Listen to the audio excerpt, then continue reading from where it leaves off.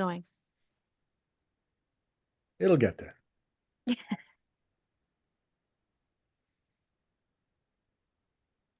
Good morning, everyone. Yesterday's debate in the House of Commons gave us one of the clearest snapshots of what's going on in today's energy debate in Canada. We had the Conservatives calling for clarity. We had the Liberals calling it divisive. BC, is hoping to just be part of the conversation.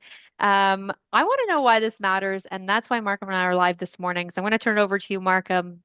Give us the breakdown. Can you see my hair on fire? Because my hair is on fire.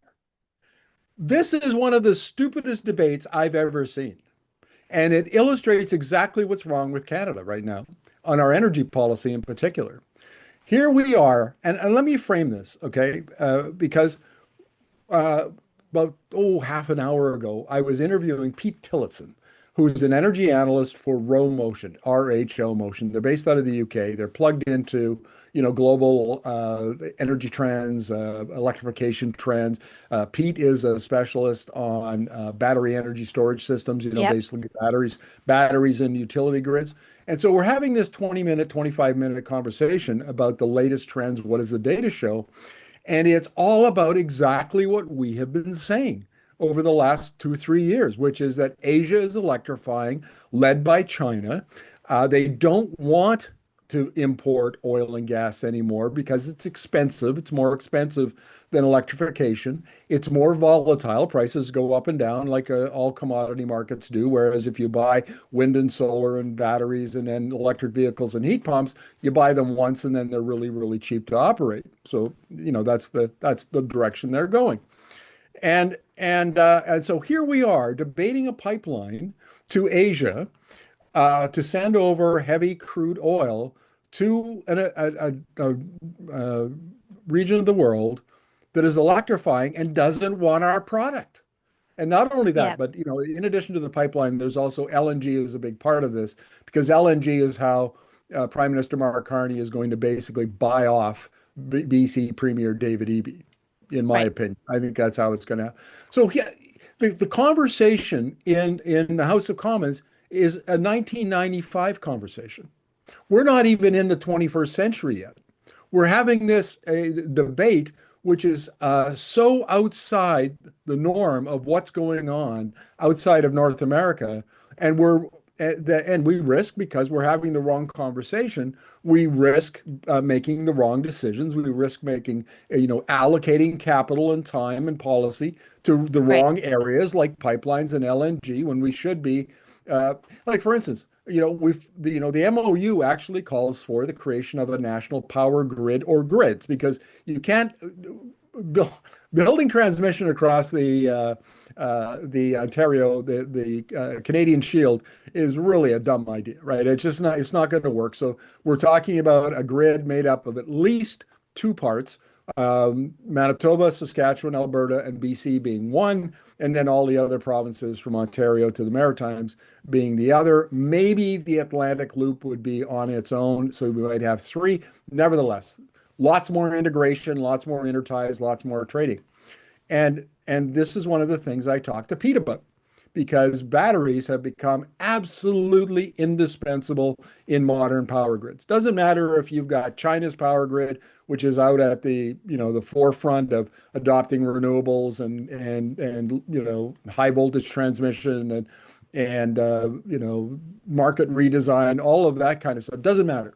Even if you're Alberta, for crying out loud, you need to have batteries because that's how you relieve stress on your aging power grid. You store electricity and then you release it when it's most needed. And it takes over some of the batteries take over some of the services that coal and gas used to do. With the Right. big spinning turbines, and they would add stability on frequency and voltage to, and that's how system operators stabilized the grid and made sure it didn't have outages or brownouts.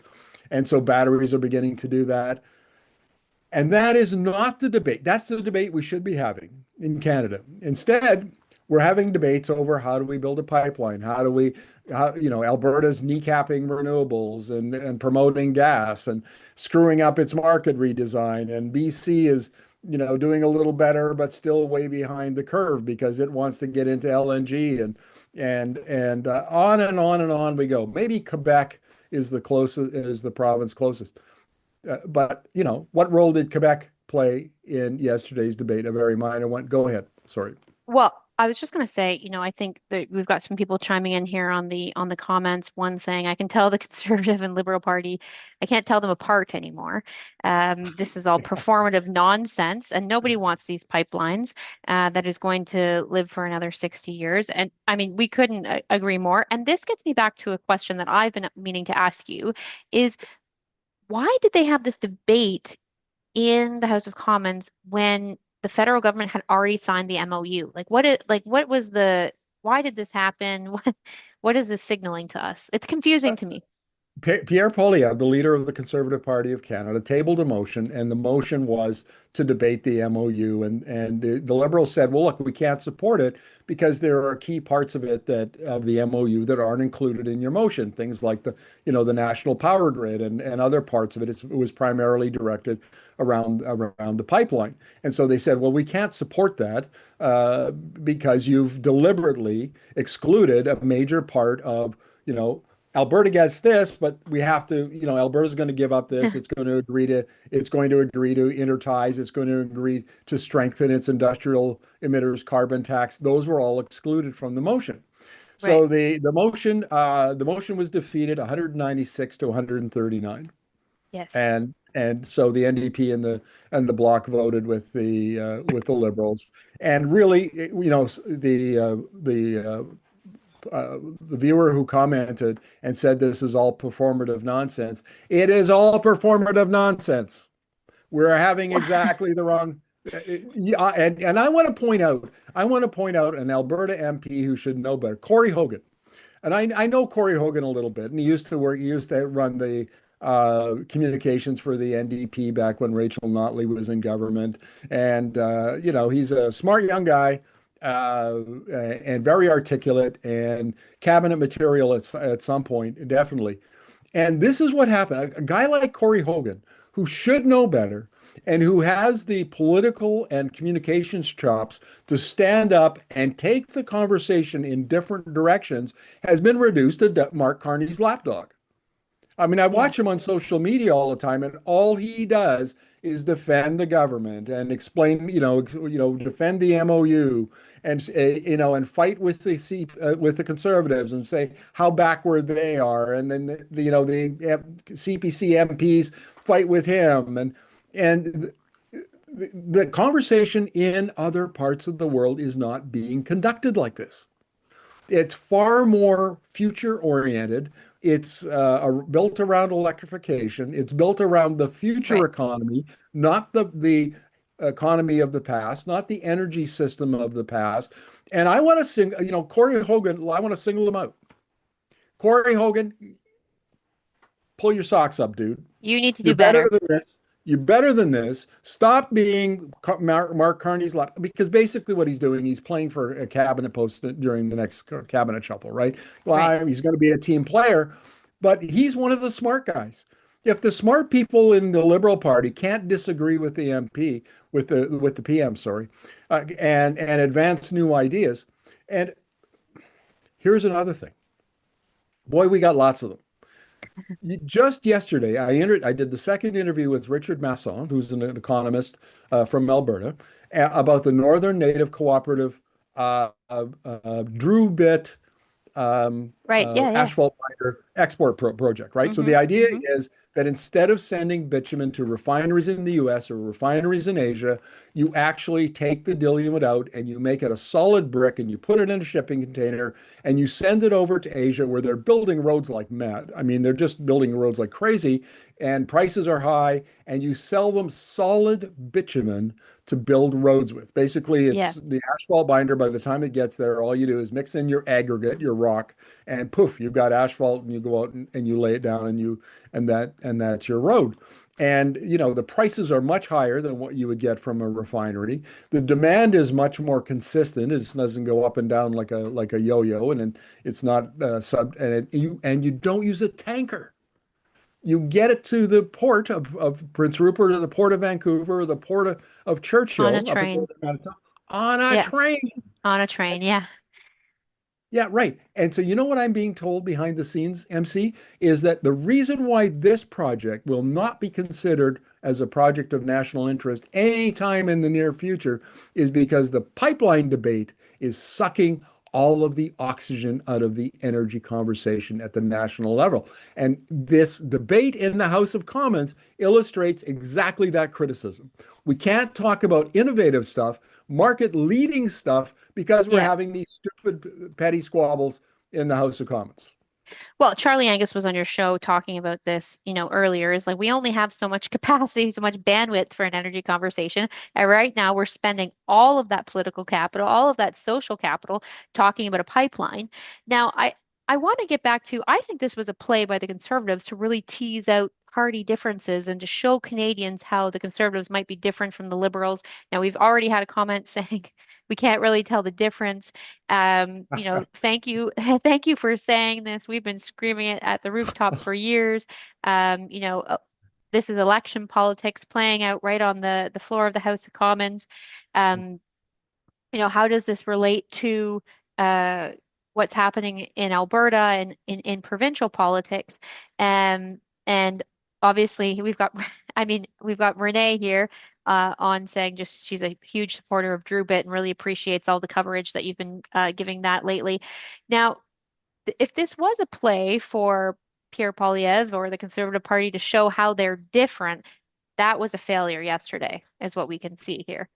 The CPC going back to Aaron O'Toole back in Right, 2019 has been basically, I remember going through the CPC campaign document, and when it got to energy, it was basically a laundry list of what the oil and gas industry wanted. right, And then we came Andrew, sorry, that was Andrew Scheer, and then Aaron O'Toole.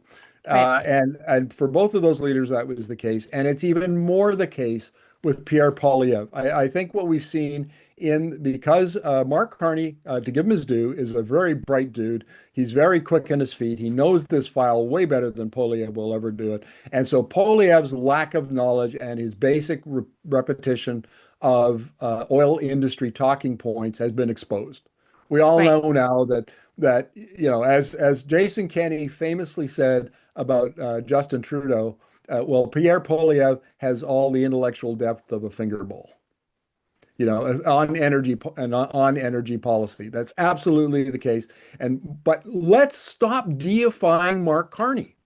Let's stop, arguing Yeah, that he's playing 4D chess with Danielle Smith and she's playing checkers, and somehow there's this great strategy, that very brilliant that will be all revealed in the end, and somehow, Smith and Alberta won't get the pipeline, BC won't get LNG, and somehow it'll all come out in the wash. Well, you know what? It's not my job to give him credit or to make excuses for him. All we can do is we can have to make do our reporting, do our analysis on what's in front of us and what we're hearing. And I want to make this really clear. Because we're reporters, I get contacted all the time by people in the industry, in the federal government, in the Natural Resources Department, in the Alberta Energy Department, who can't speak on the record, but they're absolutely mortified by what's going on and how yeah, stilted the conversation is. And the Natural Resources Canada, which basically is Tim Hodgson's, he's the Minister of Energy and Natural Resources. That's his department. In that department, it is entirely dominated by the drill baby drill mentality. right. There is no room for debate or conversation or discussions about, how the global economy is electrifying. Tim Hodgson has basically, and remember, he comes out of the oil industry. He's a Bay Street boy. He's a former CEO of Goldman Sachs, did many deals in the natural resources sector, including oil and gas, sat on the board of directors of Meg Energy, which was a smaller oil sands producer. Now it's been absorbed merged with, bought by Cenovus Energy. He is an oil and gas bull. He is in the pockets of the oil and gas industry. There's no Industry. question about it. And he has sent the message down into Natural Resources Canada, shut the hell up unless you're talking about pipelines, unless you're talking about LNG. And that's it. And so the reason, and this is important because it's not like Mark Carney acts in isolation. He brings in the people he wants to implement the policies that he wants. And he brought in Tim Hodgson to do deals. That's Yep. Hodgson's MO. That's his reputation. He's a deal bulldog. He gets stuff done. And that's why one of the reasons why the pipeline and LNG are high on the list, because this is the kind of stuff where Hodgson will get in, he'll put the deals together, he'll raise the capital, or he'll make sure that the folks that are the investors are at the table, so the capital is available and infrastructure will be built, projects will be built. So Yeah. Tim Well, I Hodgson, sorry, let me finish this thought. yeah. Tim Hodgson is a tell about what Mark Carney thinks. Mark Carney is not coming in as the champion of clean energy. The fact that he brought Hodgson in means oil and gas supersedes electrification as the government's priority. Well, and we definitely have talked about this before. The other thing I want to say is we've got David Crosby here in the comments just saying, Pierre Poilievre is consistently looking for divisive issues to get some media attention. So yes, again, here we are. And Card Crazed is saying, I do not understand how Canada is meeting its current commitments, having this conversation. And I think that we've talked about this before. We are talking within the incumbent's tent. We're talking here saying, here we are, we're having a certain conversation about a certain topic with a certain lexicon or a certain discourse. And so we're not having the bigger conversation. And like you said, we're just not having the right energy debate. Well, we're dominated by incumbents. And Yes. look, I mean, to a certain extent, this is unavoidable and has always been unavoidable. We're a small, open economy. We only have 40 million people. We're dominated by natural resource extraction. So it's only natural that we would have, the four or five big oil companies exert an outsized influence on federal policy. I mean, the Canadian Association of Petroleum Producers lobbies like an enormous amount. The Investigative Journalism Foundation of Canada does occasional reports on this, where they go into the lobbying records and they will tell you how many times CAP lobbied a minister or a series of ministers. It's a lot, folks. I mean, it is a lot. So they have outsized influence, but they're not alone. The utility industry are very much incumbents, because a lot of them are owned by governments, provincial governments, who in their own way are very conservative. I mean, BC is considered to be, the fruits and nuts of Canadian politics, the left-wing granola crunchers, and yet it's taken since the NDP got in 2017, it's taken them almost 7 years to send the right policy messages to BC Hydro to get building the infrastructure to expand the grid and to bring more clean energy power generation into the mix. On and on and on and on. We are dominated by incumbents. The auto Yeah. industry, the mining industry, probably one of the few natural resource industries that still has small players is farming. When I think of, when I was living in Saskatchewan for 25 years, it was always small farmers, but they're not even small anymore. Like my wife Joanne has family in the Nipawin area, and what used to be a bunch of little quarter section farms is now a 3 to 4,000 acre farm, Massive. farmed with huge equipment by her cousin and an occasional hired hand. That's it. So it's no surprise. Everything here in a natural resource, we're hewers of wood, drawers of water, and the hewers of wood and the drawers of water are big incumbents that hold a lot of political sway in our country. Well, I just want to give a shout out here to both Mike Maxwell and Barry Cook, who have given us some super thanks donations while we've been here live. That's great. We really appreciate that. Well, maybe you Um, could explain what super thanks are, because I didn't know until a few days ago when you explained it to me. Yeah, so when we are live, or also when you're just watching one of our videos, you can give us a super thanks, which is a monetary amount that you can give us if you like what we're talking about, you want to hear more about what we're talking about. Mike Maxwell here is talking about he's pointing us all to watch a video by Edison Motors. So I mean, check it out. Also, Barry Cook is talking about how bitumen and roads is a great conversation. He wants to hear more about that. Lightning Rod, he is just saying thank you, Markham and Energy Media, for having this conversation. He finally made it to a live chat. Apparently, he's been trying to make it for a while. And folks, we are trying to change up the times to see what works best. For our followers and for everyone. So if everyone likes this time, 10 a.m., we can definitely do it again.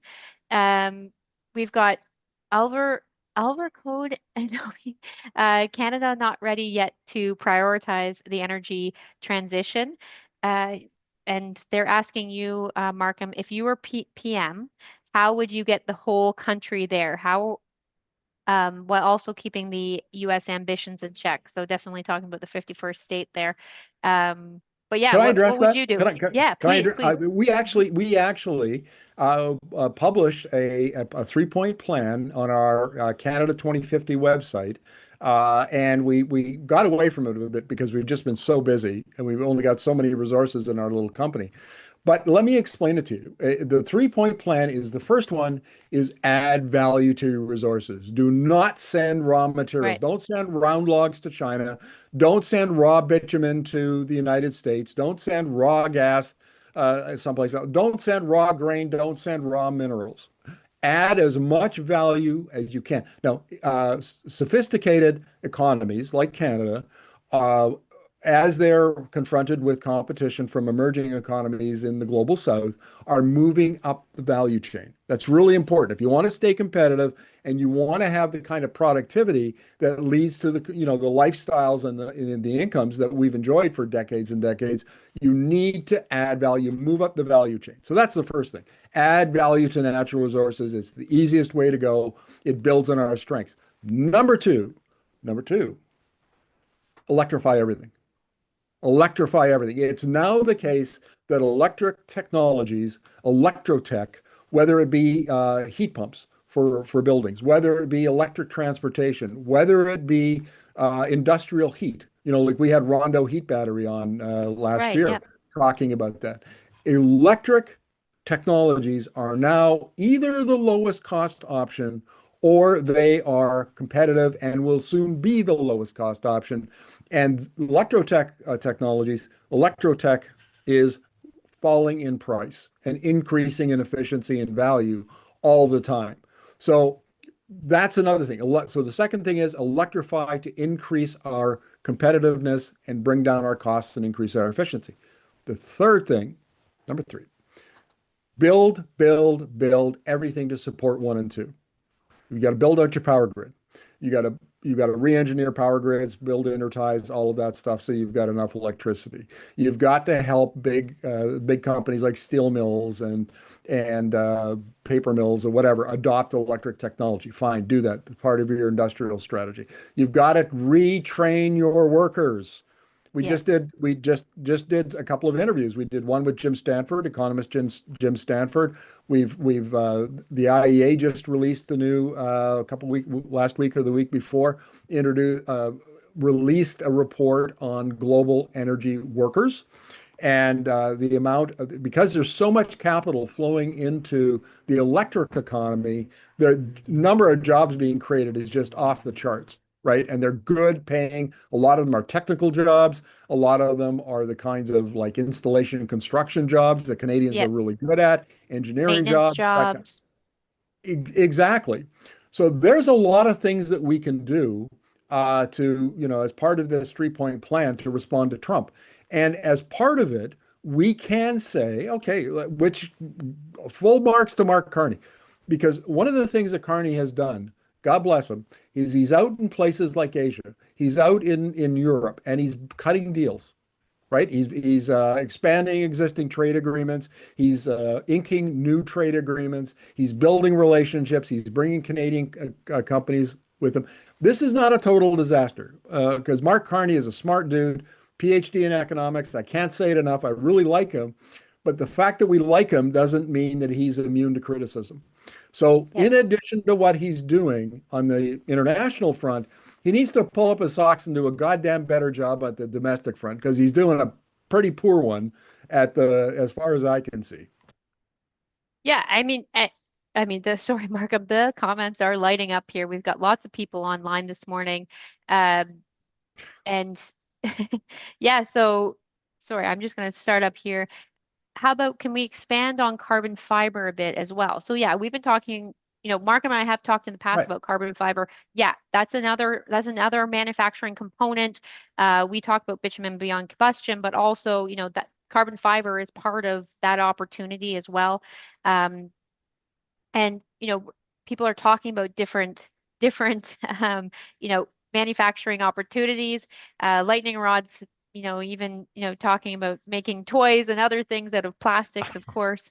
Now Can we've we got a talk about question carbon here. fiber for a minute? Can we talk about Yeah, of carbon course, fiber of for a minute? course, Yeah, yeah. let's get into that because there we go. Sorry, folks. I got a new camera yesterday. My laptop camera kind of bit the dust. And this thing is driven by AI, and it drives me crazy because I'll Zooming in move and my out. hands around, and all of a sudden it moves in, and the zoom moves in and out. So my apologies.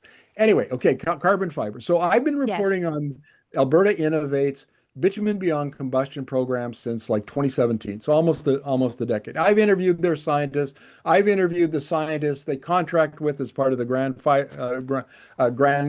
carbon fiber grand challenges that they've had, on and on and on. Here's an interesting point. After Danielle Smith became a premier, not immediately, but last year, she fired Laura Kilcrease, who was their CEO. She cut Alberta Innovate's budget again. Jason Kenney cut it by $50 million. Now she's cut it again. And I can't get Alberta Innovate's media people to return my emails. Wow. There's basically been this Faraday bag thrown over the organization, and you can't get it to talk anymore. The last one I did was about a year ago with Mike Wood. Anyway, he was their former head of that division of Alberta Innovates. Then he retired. So he could talk, a little more freely. Well, he could talk at all. But we did an interview, and so they've got this new demonstration innovation center, and they've got a demonstration project there. I think it's like 500 kilograms or pounds of CO2 that they can make a day, and so they're getting ready to scale up the process. So you don't make carbon fiber right away. The first thing you do is you take bitumen, you heat it up, you spin it, and you make carbon fiber precursor. And I've interviewed Alex Walk, who is the sales and business development manager for Zoltec Manufacturing, Zoltec Industries out of St. Louis.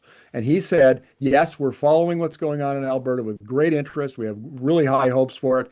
And he said, the thing about our industry, he says, is you locate the manufacturing plant as close to the source of the precursor as you can get. So Right. would he, I asked him, well, would Zoltec then put a plant or two or whatever in Alberta? And he said, absolutely. That's the logical thing to do. Is you pipe it down to Hardisty or into Edmonton, and then you take the diluent out of it, and then you put it into this process where you're making carbon fiber precursor, and then you send the precursor over to Zoltec's plant, and they make carbon fiber. And here's the kicker, folks. First of all, you get 4 times the value of a barrel of bitumen when you're making carbon fiber versus sending it to an American refinery. And Alberta bitumen is such a good feedstock for carbon fiber that they think that they can make better carbon fiber, like maybe automotive grade or aircraft grade, at half the price. So now imagine if you're Mark Carney and you're saying, hey, you know what? Our auto industry is under attack from Donald Trump, and he's trying to get factories to move back. And What if we had this source of really cheap, high-grade Carbon. carbon fiber out of Alberta, and we then ship that down to Ontario and use that to lightweight Canadian-made automobiles, particularly electric vehicles, so that they were stronger and lighter and maybe even cheaper. And wouldn't that be a huge competitive advantage for the Canadian auto sector? So there is just one example where you can build an advanced materials manufacturing center in Alberta, and the output of that industry becomes an input into another industry. And here's the thing. I don't know if you caught this, folks, but when Mark Carney first became prime minister, he had a press conference and he started going on and on about backward linkages. And then he went, oh, no, no, no, I don't want to get too deep into the weeds. You're just a bunch of dumb reporters. You're not going to understand that.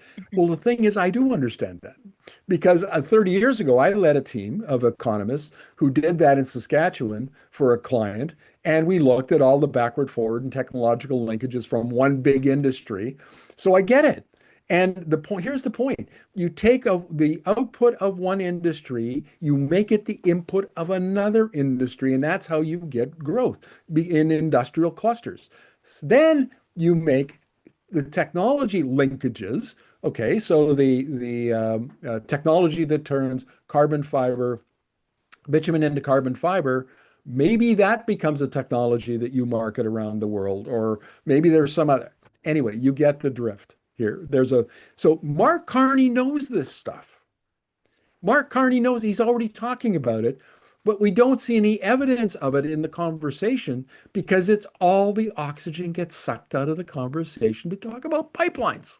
Yeah. This is why I get so frustrated. We've got a guy who actually can talk in full paragraphs about the stuff that needs to be talked about, and he can't because that's not the way we do things in Canada. And by the way, I want to single out the media in Canada. This is part of the problem. You want to get on the National Post or the CBC newscast or CTV, or you want to get whatever, you've got to dumb it down because I mean, in fairness to my colleagues, their newsrooms are just skeleton staffs now, and they don't have any Yeah. specialists the way we used to have it back when I was a beat reporter in the 80s and 90s. Okay, fair enough. But nevertheless, that what happens here is you have this MOU, or sorry, the motion, the CPC motion in the House of Commons, and the media. Now you've got a horse race, right? Now it's a fight. And so the media jumps on it and everybody's doing the stories and they devote multiple stories and multiple coverage to it. And it's a nothing burger. Yeah. It's a nothing burger, but it's easy to cover. Political conflict is easy to cover. So the CPC knows that. Pierre Poilievre knows that. So he's baiting the liberals and he's getting his time on national TV, and the liberals have to respond in kind. And this is what's wrong with this country, is because we're having these kind of conversations, which are counterproductive and do nothing to Yeah. advance our economic strategy and energy strategy and the policies and investments that are need to be made. And meanwhile, over here, the rest of the world is having a very different conversation. And they are doing what's required and building the economies of the future. And I can't say this strongly enough. Mark Carney, pull up your socks. Well, Do the you've got right thing instead of the easy thing. The thing that you know how to do it regardless of what the media requires. Get on it. Get on with it, because you're misleading Canadians and you're leading us down a familiar garden path that is going to lead to less than optimal outcomes. Well, I mean, what you're talking about is we want values, Carney, and we've got a lightning rod right here in the comments saying, I feel like I was bait and switched, which is exactly what we talked about before. I also want to say, Barry's got a great idea here in the comments. Maybe we should put some more funding into figuring out how to make pothole-proof roads with all this bitumen and possible manufacturing capacity. I mean, hey, that would be something a lot of Canadians could get behind. Yeah, Markham. Do you know? Okay, so as I was doing my background work on using bitumen to make asphalt binder to make roads, one of the things that Alberta Innovates discovered is that the sorry, bitumen-based asphalt binder is the highest quality in the world. Oh, And wow. it's so good that it's 30% more resistant to cracking and degradation. So if you want fewer potholes in Canadian roads, let's turn Alberta bitumen into asphalt binder and sell it to BC and Saskatchewan and Ontario and Quebec to make to for as part of their road building programs. So they have Yeah. better roads using a domestic product, Yeah. right? Imagine And that. Everything right in house. I also want to mention that since we've been doing that, we've done the two stories on the Northern Native Cooperative project. I just got an email yesterday from another project. They're taking a slightly different approach, but it's basically selling asphalt binder to international markets made out of bitumen. And Right. so some of these companies that have been quietly working in the background are starting to come out of the weeds. They're seeing our coverage. They're contacting us. We're going to be doing a story on this other company as soon as we can. And we'll be doing more on other, bitumen-based non-combustion uses for bitumen. So, if Mark Carney won't have the conversation, Energy Media will have the conversation. And I should mention, folks, in 2026, I will be in Ontario and Quebec talking about this very stuff. And I will probably be in Ontario, in Ottawa, talking to policymakers, talking to members of parliament, talking to people inside departments, giving presentations and keynote speeches about this very stuff. So when I go, if you've watched my videos, if you've watched my journalism over the last 17 plus years, I'm not going to hold back. This is not a time for diplomacy. This is a time to look the policymakers square in the eye and say, you, sir, are full of merda. You need to do things differently. Yeah. That's it. And we're gonna, hopefully we'll have a little bit of a Donnybrook. And hey, Canadians, elbows up, right? We're all Um, hot. Like we get it. And by the way, I should mention this for anybody who cares. I used to play junior hockey back in the 70s, and I know what elbows up means. And I know what it means to, chuck the mitts. I get it. And that's the way we're going to play this. We don't have time to be nice and polite anymore. we do We don't. not. We got pressure from Trump, pressure from the global energy transition. We're in a vice. And the leadership steps up and responds, or they do what Carney and Poilievre and the two parties are doing, which is counterproductive. So fine. Then the Canadians who are not involved in that process are going to have to step up and demand better of our leaders. And folks, we're going to do our very best to step up. Absolutely. And I wanted to just ask everyone if you're liking our content. Sorry, before I go, I just want to say hi to Ian. He just joined us, the Neolithic Transit Revolution. He's one of our biggest fans and one of our channel supporters. So if you like what we're doing and you want to support us as well, you can also join one of our memberships over on the YouTube channel, just right below our icon. Just click on join, and we really appreciate that support.